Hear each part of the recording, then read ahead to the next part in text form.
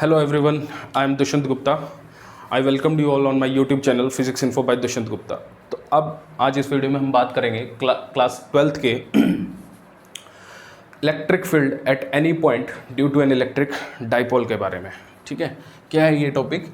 हमें electric field calculate करनी है किसी भी पॉइंट पे, किसकी वजह से? इलेक्ट्रिक डाइपोल की वजह से। ठीक है, पिछली वीडियोस में हमने देखा था electric field at axial point and at equatorial point due to an electric dipole. अब हम देखेंगे किसी भी जनरल पॉइंट पी के ऊपर आप कैसे इलेक्ट्रिक फील्ड कैलकुलेट करेंगे। जनरल पॉइंट पी मीन्स ना तो ये एक्सियल है और ना ही ये पॉइंट आपका इक्वेटोरियल है, तो ये पॉइंट कहीं पे भी हो सकता है स्पेस में। तो आप उस पॉइंट पी के ऊपर इलेक्ट्रिक फील्ड कैसे कैलकुलेट करेंगे, वही हमें आज देखना है। तो आपके सामने देखिए एक इलेक्ट्रिक डाइपोल रखा हुआ है, ठीक है, ए बी, और उसकी जो डाइपोल लेंथ है वो हमारे पास है 2a। ये डाइपोल लेंथ कितनी है भाई? हमारे पास 2a। ओके, यानी कि ए बी की जो लेंथ है वो 2a है और हमें इलेक्ट्रिक फील्ड निकालनी है पॉइंट P के ऊपर। और इस पॉइंट P का जो पोजीशन वेक्टर है, कहाँ से? Origin of the electric dipole. Electric dipole का जो ओरिजिन है उससे पॉइंट P का जो position vector, that is OP vector, is R vector, and this position vector makes an angle theta with the electric dipole axis. Okay, तो ये point P है जहाँ पे हमें इलेक्ट्रिक फील्ड कैलकुलेट करनी है। तो देखते हैं कैसे यहाँ पे इलेक्ट्रिक फील्ड कैलकुलेट करेंगे। सो समझिएगा, ए से बी जो हमारा है इलेक्ट्रिक डाइपोल मोमेंट, उसकी डायरेक्शन क्या होगी? देखिए -q टू +q होती है इलेक्ट्रिक डाइपोल मोमेंट की डायरेक्शन। तो electric dipole moment, let's say P is the electric dipole moment of this electric dipole. तो यहाँ पे इसकी जो डायरेक्शन होगी वो क्या होगी भैया? हमारे पास ये होगी P की, this is the direction of P vector. ठीक है, -q से +q। सो ए से बी किसकी डायरेक्शन है? डाइपोल मोमेंट की, P वेक्टर। अब यहाँ पे आप देख रहे हैं P वेक्टर जो है वो कितना थीटा एंगल पे, उसका कितना कंपोनेंट चला जाएगा भाई? रिजोल्व कर रहे हैं जस्ट, ठीक है, वेक्टर को P cos ऑफ थीटा। ये कितना जाएगा भाई? P cos of theta. यानी कि O से P के अलोंग जो डाइपोल मोमेंट है, अगर मैं इसको थोड़ा पीछे एक्सटेंड कर दूँ इस एक्सिस को, तो हम ये समझेंगे कि ये एक्सिस ऐसे आ रही है, ठीक है, और इस एक्सिस के अलोंग जो डाइपोल मोमेंट है वो कितना होगा? P cos of theta.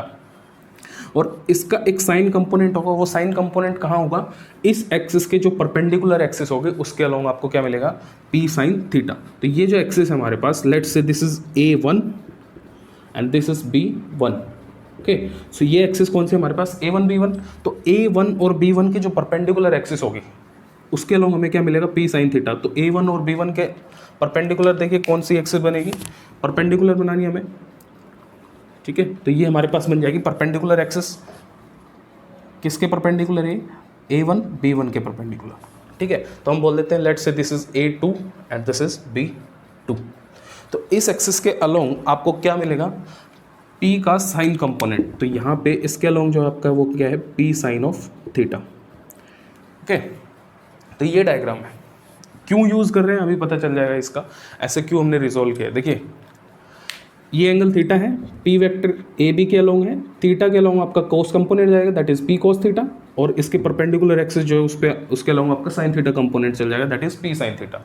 यानी कि A1 B1 के अलोंग आपका डाइपोल मोमेंट कितना है? P cos theta. A2 B2 के अलोंग डाइपोल मोमेंट कितना है? P sin थीटा, और AB के अलोंग है P। तो अब एक चीज़ देखिए, बहुत ही इंपॉर्टेंट चीज़ है, ठीक है, इससे आसान हो जाएगा आपका ये टॉपिक। A2 और B2 जो एक्सिस है इसके लिए पॉइंट P अगर आप देखें ध्यान से, तो ये इक्वेटोरियल पॉइंट की तरह नहीं होगा। सारी चीज़ें भूल जाइए, A2 और B2 एक्सिस को देखिए, सिंपल A2 B2, इसके लिए P जो पॉइंट है वो कैसे होगा? आपका इक्वेटोरियल होगा। और A1 B1 जो एक्सिस है इसके एक्सिस के अलोंग है P। तो A1 B1 के लिए एक्सियल पॉइंट है और A2 B2 के लिए कैसा है? इक्वेटोरियल पॉइंट है। तो अब हमें क्या करना है, जो प्रीवियस वीडियो में एक्सियल पॉइंट पे इलेक्ट्रिक फील्ड निकाली थी ड्यू टू इलेक्ट्रिक डाइपोल, और जो इक्वेटोरियल पॉइंट पे निकाली थी, उन दोनों का रिजल्ट यहाँ पे हम डायरेक्ट यूज़ कर देंगे। तो अगर किसी ने वो वीडियोस नहीं देखे तो प्लीज़ पीछे जाके वो वीडियोस देखें, ठीक है, और वहाँ पे देखें कि हमने कैसे एक्सियल और इक्वेटोरियल पॉइंट पे इलेक्ट्रिक फील्ड को कैलकुलेट किया था। उन्हीं दोनों वीडियोज़ का जो रिजल्ट है वो यहाँ पर हम यूज़ करेंगे। सो देखिए यहाँ क्या है हमारे पास, electric field at point P due to A2B2 axis, और we can say P cos theta, इस डाइपोल मोमेंट की वजह से, sorry P sin theta, A2B2 के लोग हमारे पास क्या है P sin थीटा। तो P sin थीटा की वजह से पॉइंट P के ऊपर as point P behaves as equatorial point, as point P behaves as equatorial point for A2B2 axis, therefore electric field at point P, ठीक है, due to A2B2 is equals to A2B2 axis की वजह से electric field at point P। तो equatorial पे हमें पता है कितनी आती थी डाइपोल मोमेंट P, यहाँ पे डाइपोल मोमेंट कितना है इसके along P sine theta upon 4 pi epsilon not K की वैल्यू, और R क्यूब यहाँ से यहाँ तक की डिस्टेंस, तो ये डिस्टेंस कितने है मैंने पहले बताया R है, दैट इज R क्यूब। तो ये क्या आ गई electric field at point P due to this axis, ठीक है। सो इसको इक्वेशन नंबर हम क्या देते हैं 1। ये हमारे पास मैग्नीट्यूड आया, ठीक है, ये क्या है हमारे पास मैग्नीट्यूड। अब similarly electric field at point P due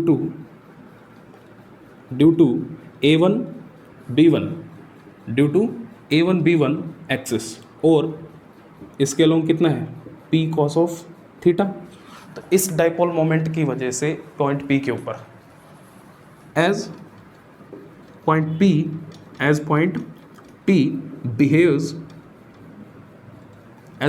behaves as axial point,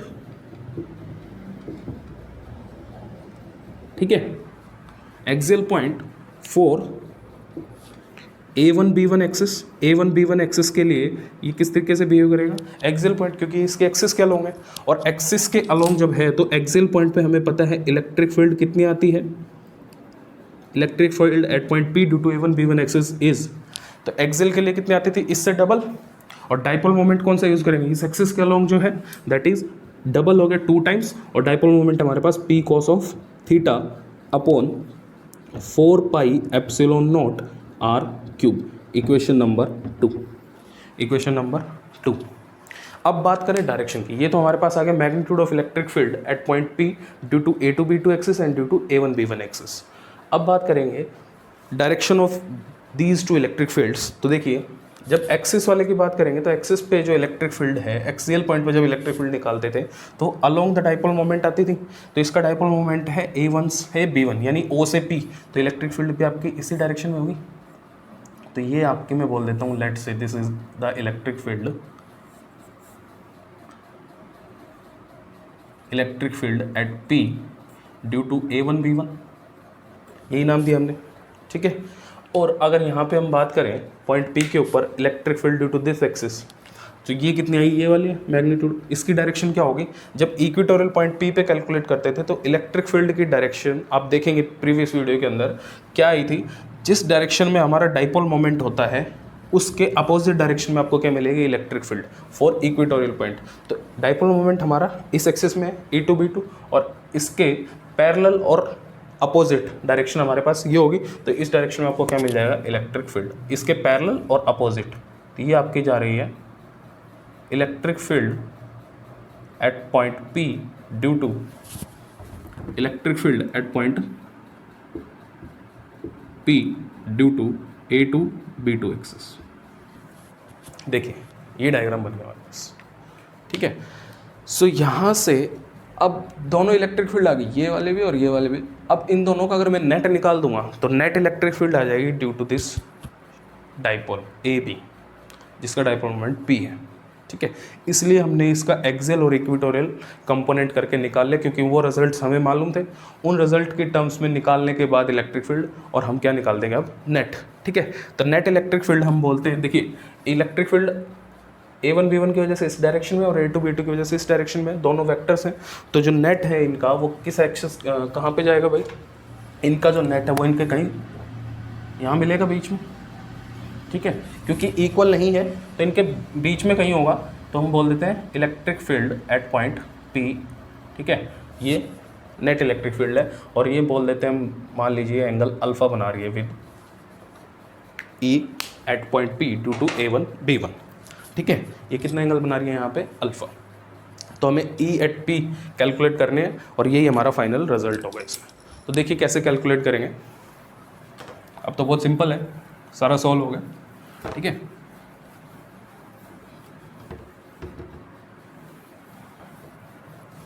अब क्या करना है, अगर आप यहाँ से देखें तो मैं इसको ये कर सकता हूँ,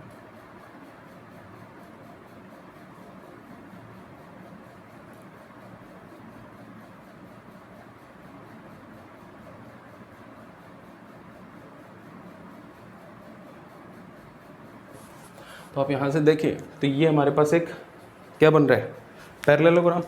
तो वेक्टर लॉ ऑफ पैरेललोग्राम लगा सकते हैं, according to parallelogram law of vector addition electric field at P is equals to, magnitude की बात करेंगे, डायरेक्शन आपको दिख रही है, ठीक है, वो निकाल सकते हैं इन टर्म्स ऑफ एंगल। तो मैग्नीट्यूड कितना आएगा, अंडर रूट इसका स्क्वायर और इसका square, electric field at P due to A1 B1 square plus electric field at P due to A2 B2 और इसका स्क्वायर। तो ये आपके पास आ जाएगी net electric field at point P।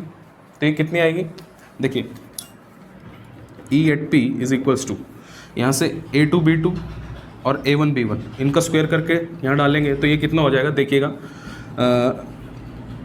2 times of P cos of theta E at P due to A1 B1 axis put कर रहे हैं हम यहाँ पे इक्वेशन नंबर 2 से, and 4 pi epsilon not R cube, और इसका हमारे पास क्या है भाई, होल स्क्वायर प्लस, ऐसे फ्रॉम इक्वेशन 1 आप ये वैल्यू पुट करेंगे P sine theta upon 4 pi epsilon not R cube, और ये इसका क्या हो जाएगा हमारे पास स्क्वायर, ठीक है।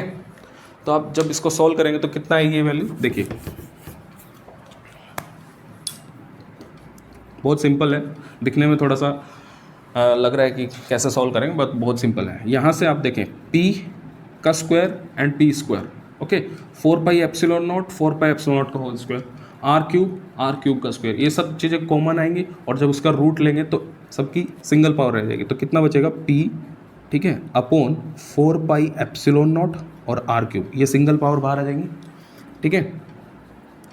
तो रूट में क्या रह जाएगा आपके पास, अंदर 2 का स्क्वायर करेंगे 4, ठीक है, 4 कोस स्क्वायर थीटा, बाकी सारी चीज़ें बाहर आ गई यहाँ से, प्लस और क्या बचेगा यहाँ से, साइन स्क्वायर थीटा, ओके, ये आपके पास बच जाता है।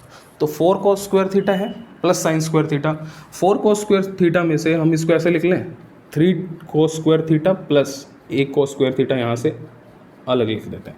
अब बताइए, अभी भी ये 4 कोस स्क्वायर थीटा ही रहेगा, तो sine square theta plus cos square theta, ये हमारे पास आइडेंटिटी है, और इसकी वैल्यू कितनी हो जाएगी 1। तो इसको मैं रब करके यहाँ क्या लिख सकता हूँ, 1 ओनली, तो ये बन जाएगा 3 कोस स्क्वायर थीटा प्लस 1, और ये आ जाएगी आपकी electric field at point P, electric field at point P due to the electric dipole AB। तो आप देख रहे हैं ना, तो यहाँ पे कोई हमारे पास P साइन थीटा आ रहा है, ना P कोस थीटा आ रहा है, जितना डाइपोल मोमेंट लिया था P उतना ही आ रहा है P, ठीक है, और R की वैल्यू आ रही है, और जो एंगल लिया था थीटा उसकी इन्वॉल्वमेंट है, ओके। तो ये आ जाएगी हमारे पास electric field at point at any general point due to the electric dipole. अब यहाँ पे इसके कुछ स्पेशल केसेस देखेंगे। स्पेशल केसेस क्या हैं, जो हमने एक्सियल और इक्वेटोरियल की बात की थी प्रीवियस वीडियो में, वो यहाँ पे हम डायरेक्ट रिजल्ट निकाल सकते हैं। देखिए कैसे, let's say this axis equation, this equation is equation number 3। Special case क्या है इसके, थीटा की बात करेंगे। पहला केस है if theta is equals to, अगर थीटा मेरा कितना हो जाए 0 डिग्री। अगर आप थीटा को 0 डिग्री करेंगे तो यहाँ पे डायग्राम से समझिए, अगर मैं ये थीटा, अभी तो एंगल थीटा है, किसके साथ बना रहा है, इस एक्सिस के साथ एंगल थीटा है। जब 0 करूँगा तो ये वापस नीचे आ जाएगा, अलोंग द एक्सिस हो जाएगा, ठीक है। थीटा जब 0 तो इसको नीचे लाना पड़ेगा, तो यानी ये पॉइंट P कहाँ हो जाएगा, इस डाइपोल एक्सिस के किसी भी एक्सियल पॉइंट पे। तो P क्या बन जाएगा आपके पास, एक एक्सियल पॉइंट बन जाएगा। पी आपके पास क्या बन जाएगा, एक्सियल पॉइंट, और एक्सियल पॉइंट पे इलेक्ट्रिक फील्ड आप जानते भी हैं और यहाँ से भी आ जाएगी आपके पास। देखिए थीटा की वैल्यू को 0 पुट कीजिए, कोस 0 क्या होता है आपके पास 1, तो ई एट पी कितना बन जाएगा भाई, P upon 4 pi epsilon naught r cube, ये तो सेम रहेगा, कोई दिक्कत नहीं है। Cos square theta under root 3 cos square 0 degree, cos 0 degree 1, cos square 0 degree यानी 1, 3 प्लस 1 4 हो जाएगा, 4 का रूट कितना आएगा 2, तो ये रिजल्ट आपके पास रह जाएगा। Electric field at point P when theta equal to 0 degree is equivalent to electric field at axial point, जो हमने कैलकुलेट भी कर चुके हैं हम ये, ठीक है। अब दूसरा जो है वो क्या आपके पास, if theta equal to 90 degree, अगर आपके पास थीटा 90 डिग्री है तो थीटा जब 90 डिग्री लेंगे तो थीटा यहाँ पे अभी ये 90 डिग्री यानी, ठीक है, इसकी इक्वेटोरियल एक्सिस पे चल जाएगा पॉइंट P, तो P कैसे बिहेव करेगा, P behaves as, P becomes equatorial point, P क्या बन जाएगा आपका इक्वेटोरियल पॉइंट। तो जब थीटा 90 पुट करेंगे तो इलेक्ट्रिक फील्ड कितनी आएगी, जो हमारे इक्वेटोरियल पे आती थी कितनी आएगी, देखिए P upon 4 pi epsilon naught r cube and cos 90 is 0, तो 0 हो जाएगी, तो ये टर्म पूरी 0 और 1 का रूट 1 होगा, तो सिंपल आपके पास बचेगा P upon 4 pi epsilon naught r cube, जो कि इक्विवेलेंट है electric field at equatorial point.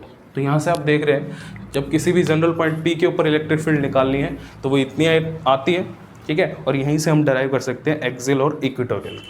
लेकिन जब ये कैलकुलेट की तो कैलकुलेट करने के लिए हमें पहले एक्सियल का पता होना चाहिए और इक्वेटोरियल का पता होना चाहिए, क्योंकि उससे क्या होगा, उनका यूज़ करके हम बड़ा इजीली इलेक्ट्रिक फील्ड निकाल सकते हैं किसी भी जनरल पॉइंट P के ऊपर। Okay, thank you.